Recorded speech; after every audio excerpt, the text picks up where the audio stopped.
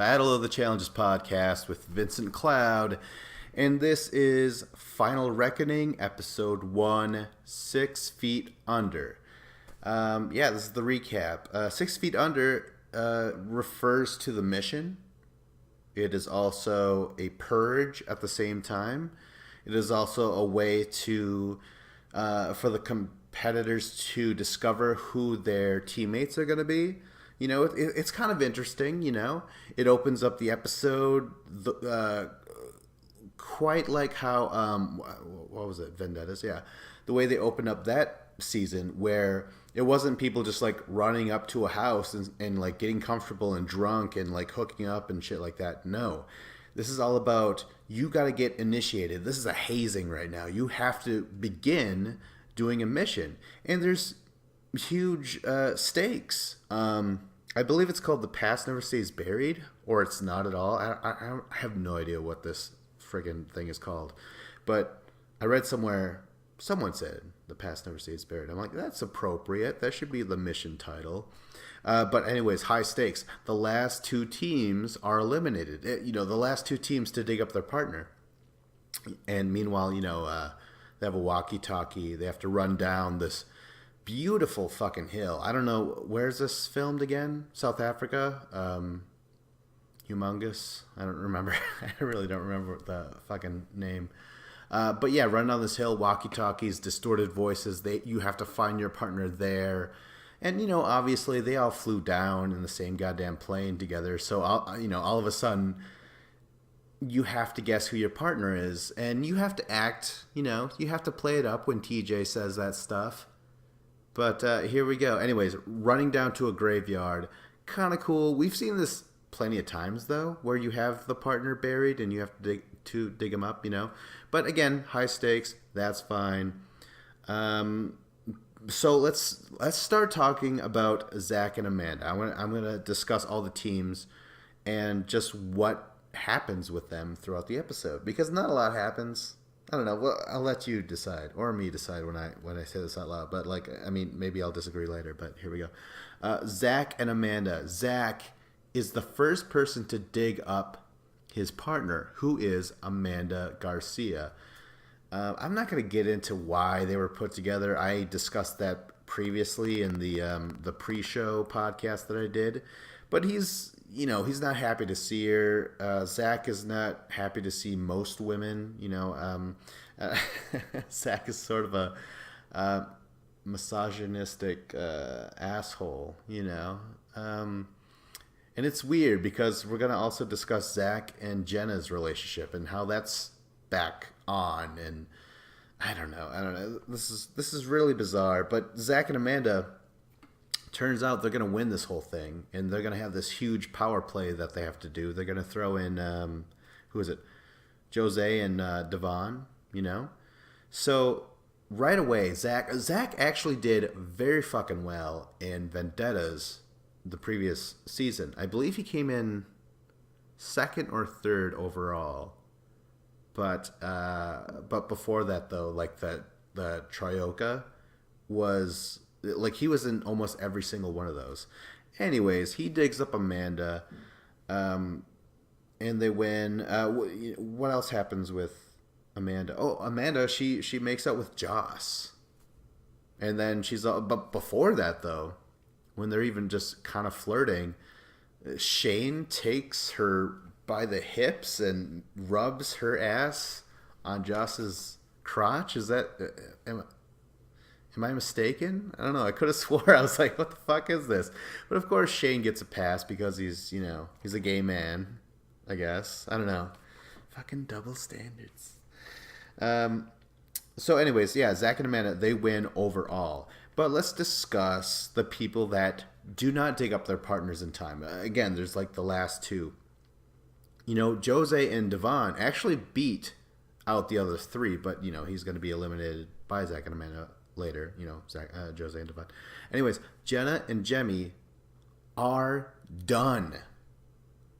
Brittany and Chuck are done. Now, Chuck, of course, is the ex of Brittany and stuff. And right away, last place.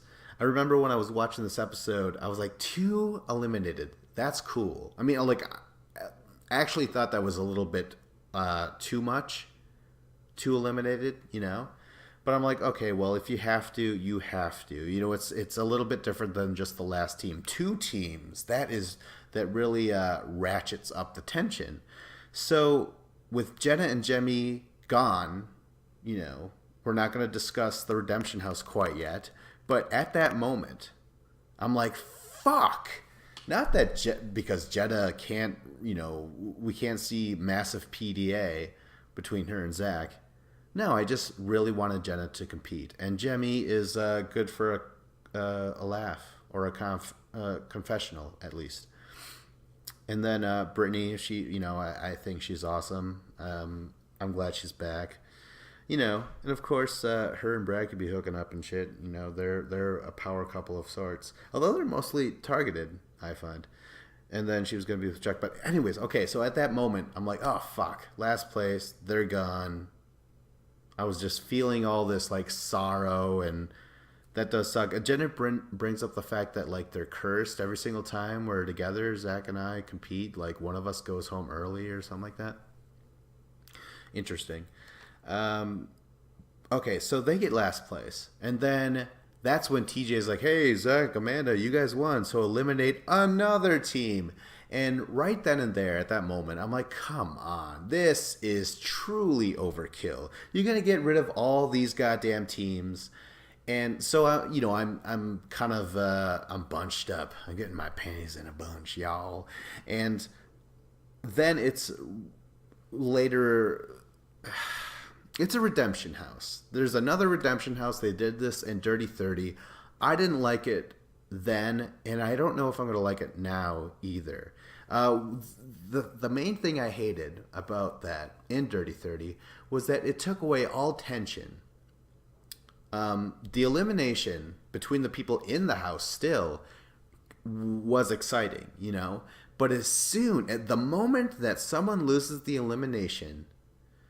You're just like, oh my God, I can't believe it. And then all that goes away because you're like, wait, they're not really gone. They're just going to have to compete in another elimination with a group of people in the Redemption House to get back in.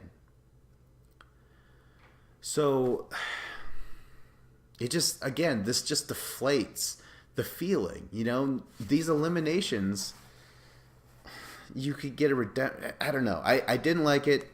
It killed momentum. It killed any sense of threat in elimination, I don't know. I don't like it. I don't like that it's coming back at all. I'm not a fan.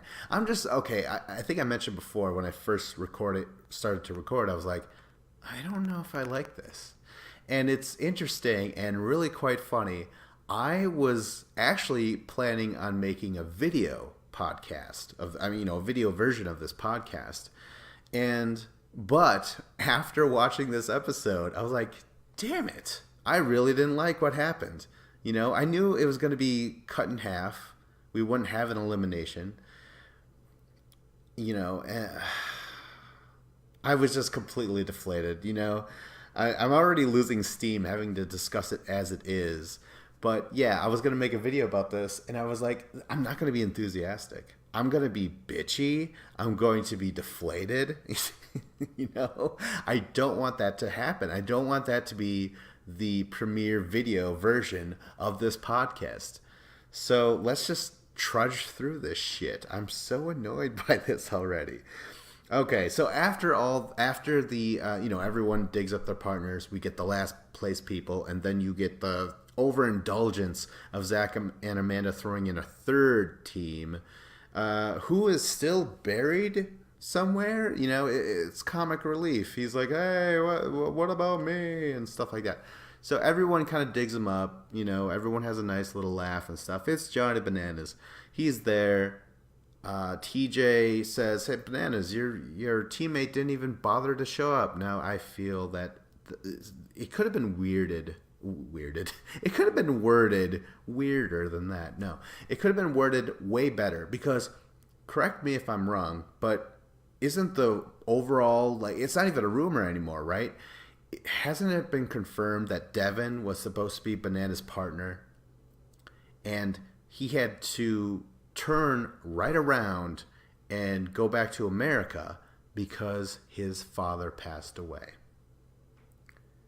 So for TJ to say, your partner didn't even bother to show up, I was just like, you could have fucking said it in a, like, hey, you could, I don't know, just the way he said it, couldn't, like your partner was too good to show up or whatever, I don't know. It was really fucking weird, but it was one of many weird things, weird thorns stuck in my craw, whatever.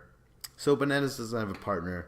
He gets a freebie. He gets to just hang out in the house now and in the show and just make comments and whatever. So finally TJ comes up and says, hey, man, this is winner take all. So if you're in the final, maybe there's 3 teams. You get third place, nothing. You get second place, nothing. It's all about first place. It's interesting. It raises the stakes. It's $1 million payout. Really, it's it's $500,000 each. So $500,000. But you don't want to like yell that out. That doesn't sell tickets, right? You don't want to be like, oh my God, $500,000. No, that would be fine actually. But it's just like, they'd rather say like, it's $1 million. It's way, that gets people way more excited than saying, oh my God, $500,000. But it's almost like how people, whenever they win like $125,000, like some asshole is always going to have to be like, yeah, well, what's that after taxes and stuff like that. It's like, you kill me, man. You're killing me. Just let me be happy once. So yeah, they say $1 million payout, winner take all.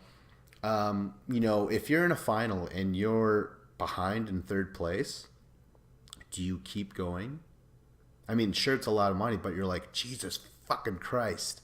Winner take all.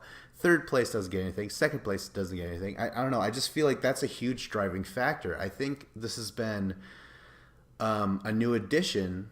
Not that new, because it's been well established by now, where anyone in the final gets a little bit of a payday.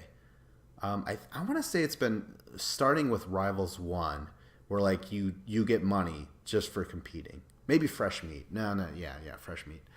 But other than that, it's usually 2 big teams competing for money, I guess. Yeah, but this is definitely a different change up. It's not one winner overall like Vendettas, where Cara Maria won. It's one team. So when they say winner take all, I want to be like, winners, really? Come on. Anyways, that's just me being nitpicky. But there's plenty of stuff. No, I want to take that back. I was gonna say like, oh, there's plenty of stuff to nitpick, but no, really, there's plenty of stuff to just kind of shrug at. Let's see here.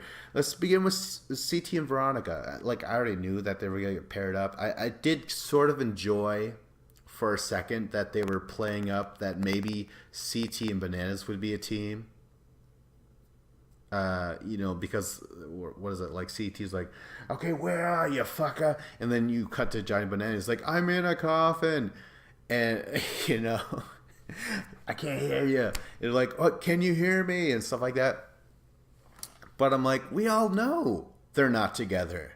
Thanks to social media, thanks to your own website posting these pairings, thanks to, podcast pre-shows, we know they're not together. But yeah, for a moment, I was like, I kind of like, I mean, for those who don't look it up, maybe that was exciting. Yeah. I don't know what I'm getting at. Again, I'm so glad this isn't a video. I'm just annoyed. No one wants to see a video of an annoyed person, do they? So CT gets Veronica. Really nothing to say about that. CT does say, hey, I'm just going to take her and I'm going to turn her into a killer and we're going to fucking win this thing. And I think I mentioned that before, like CT with Diem, CT with Tony, CT with Wes, CT with Adam King. He works very fucking well with these partners of his. He really does. Like, he will bring them up to his level. And Veronica is like one of the all-time greats. She's a 3-time challenger winner. That is very rare for anyone to accomplish, you know. But that's all that I have to say about the two of them. They don't really do too much in this episode. Next, we have Tori and Derek. This was interesting because, you know, they're actually exes. They should be on Battle of the Exes 3. But they're together here. And, you know, Tori cheated on Derek with Jordan and stuff. And they're discussing that. And Derek says, something about, like, was it natural or was it a forced storyline? Like the, you know, cheating and stuff on me. Like, did you do that for the screen time, or was that real? Did you, you know? And I think Tori was like, it was real natural, you know? It just happened.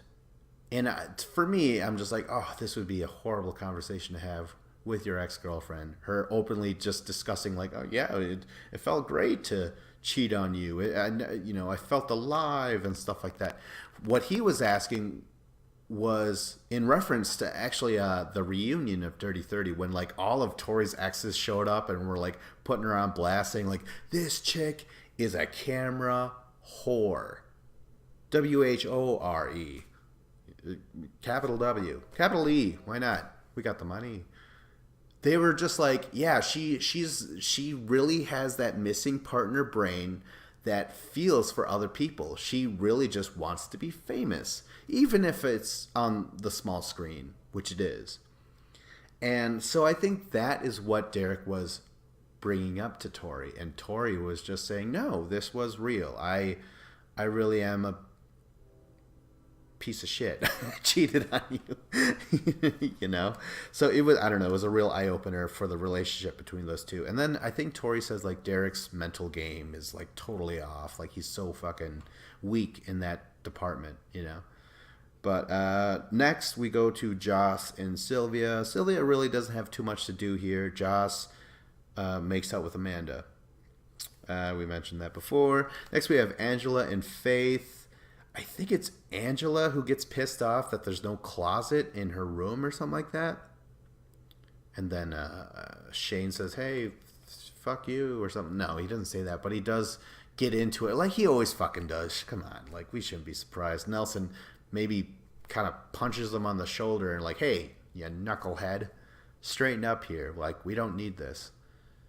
I think later on Shane comes to the conclusion of, like, holy shit, what if Nelson does something bad and I'm kicked out or whatever. I don't know. These two are both just zany dudes. But back to Angela and Faith.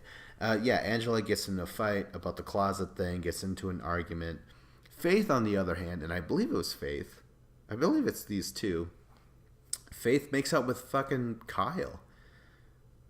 I don't know why I say fucking Kyle, like I give a crap, but yeah, they do make out.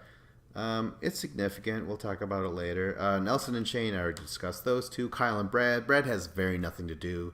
He probably misses Brittany, but, you know, who wouldn't? So why show the scene, really, I guess. I don't know.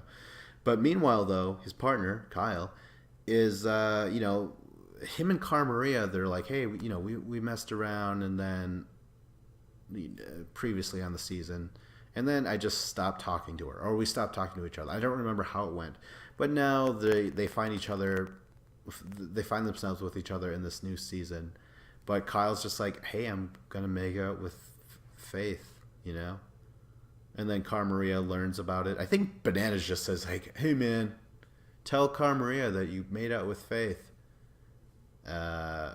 So Cara Maria's like hitting on what's his name, Pauly D. I wish it was Pauly D. I wish there was. Let's get some Jersey Shore people into this motherfucker. But I remember even Kyle's there. He's like, hey, you wanna get Pauly? Like, I'll help you and stuff. Like, he's just, you know, playing along with it. He's really just saying, hey, I know we're not together, and we are gonna hook up with different people and stuff. But Cara Maria just, I mean, she's pissed. She says, like, you know, why would you do that when I'm here? You know, the very idea. She's just so offended. She's got this huge ego on her, especially after, I mean, she had one before, but after she was the only one to win vendettas, I mean, come on. So she is instantly pissed off. So Cara Maria, I mean, Marie, she has nothing to do this episode really. But Cara, she goes to Polly, who has a boyfriend, and really fucking, I don't know, just really, it's just, she's pushing the issue way too much. You know, she's like, oh, you gotta do some politicking, Polly. You gotta fuck me. Like, I know you have a girlfriend, but like, come on. Like, you want to get by. Like, if you win this money, think about that. If you win this money, you could bring that money to her, and she won't care that you stuck it in me. Like, she's just being so blunt and just saying like, hey, let's just fucking do it. And it's Cara Maria and her huge, massive ego. She's totally turned heel. Like, she really doesn't care about anyone's relationship. She didn't respect her own when she cheated on Abram on TV as before. You know, she's just like, hey, I did it, and I've won since then. I've won twice, and you know, you want to be like me, Polly? You got to cheat. Who the fuck cares? You know, like, let's just, we're reality TV stars. We could do whatever the fuck we want. Who gives a fuck? You know, Cara Maria to me has gone completely heel. You know, it is what it is. She used to be this awkward, picked on person, and now she is athletically supreme and an asshole. So whatever. There you go. Let's talk about Polly and Natalie. Polly, he'll probably succumb to Cara Maria's temptation or whatever. I mean, apparently they're dating currently. Natalie has very little to do. Next we have Cam and Melissa. And Kayla and Kaylee. I mean, they're one and the same. Kayla and Melissa, they get into a scrap. Melissa's, God, what was it? They were like, hey, Kayla, you cheated on your boyfriend with Tony, I believe it was. You know, and they did some shit online, and then Melissa goes to say, hey, we should be friends, you prick. And Kayla wants nothing to do with it. Kayla is super annoying, but hey, you know what? Who cares? Like, they get in a fight, her and Melissa. The punches are thrown, I believe. Scratches, perhaps? I believe there's some physical markings on someone's face. I don't remember completely. But yeah, Cam is not there to witness it. Was Kayla there? Kaylee, I mean? Either way, after this fight, TJ shows up the next day, says, hey, guess what? Melissa, you're fucking out of here. Kayla, you're fucking out of here. I mean, this was real, you know? Jose, Devon, not real. Brittany Chuck, Jenna Jemmy, not real. They felt real at that moment, but we know for sure that this is real. They are fucking gone. That sucks. I was really interested in Melissa. Kayla, I don't really care for anymore. Really, I used to root for her, and something changed. I don't know what it is. So now I believe. I mean, it says to be continued. You know, they're like, well, sadly, Cam, Kaylee, what's her name? Fucking Kaylee. Cam, Kaylee, you guys are, and then dun dun dun, cut to black. I think they're going to be put together because who the fuck cares anymore? Like, I think I like Cam. People like Cam. Producers probably like Cam. They probably should. Keep her on. Put Kaylee on there. At the same time, they don't have to either. You know, what I've always wondered is why there are replacements brought in anyways when we have a thing called the purge. If you have a purge where you just cut tons of people from this season at any given point, why do you care who goes home? And, you know, like, why try and replace them?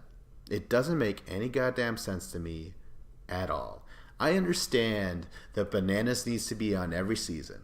You know, Devin, he drops out. I believe it's been confirmed that Tony will be his new teammate. Tony should have been his teammate, probably over Devin, just because I believe Tony is the bigger star than Devin. Devin's awesome, but I believe like Tony is more of a producer favorite, perhaps a fan favorite, challenger favorite, all that sort of stuff.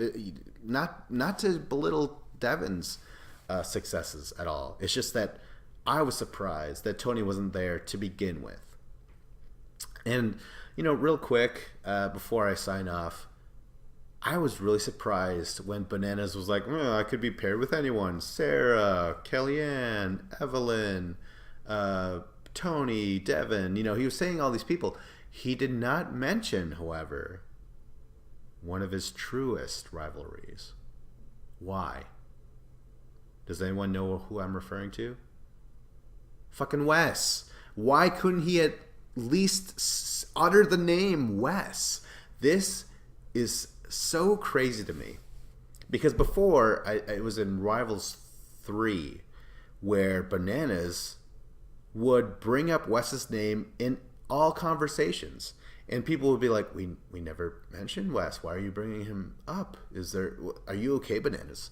He would just like bring it up like fucking Wes, and that is a huge rivalry. And you know what I think it might have been? I think it was Champs versus Stars. Or was it Champs versus Pros? Yeah, it was Champs versus Pros.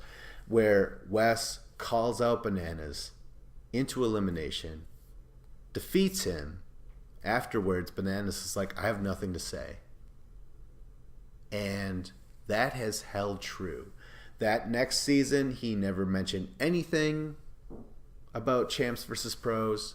Usually Bananas is like, well, the last time you saw me, and, he would say whatever. So, I don't know. I just felt that was so weird. I think, like, if this was a Rivals 4, the best pairing would be Bananas and Wes. That is the truest rivalry. Not just for those two, but for the season. Everyone knows that they hate each other. Why wasn't that even uttered as a possibility? By Bananas or producers. Producers still could have like threw in this big picture, behind Bananas, while Bananas refuses to acknowledge him. I don't know, but that was the end of the episode. I enjoyed talking about it, I guess, but I didn't really enjoy watching it. I was like, oh God, I came in here with low expectations, and you do this. But whatever, it's fine. We're probably, hopefully, we'll have an elimination next episode. So let's stay tuned in, right? Like, subscribe, comment. This was Battle of the Challengers podcast with Vincent Cloud.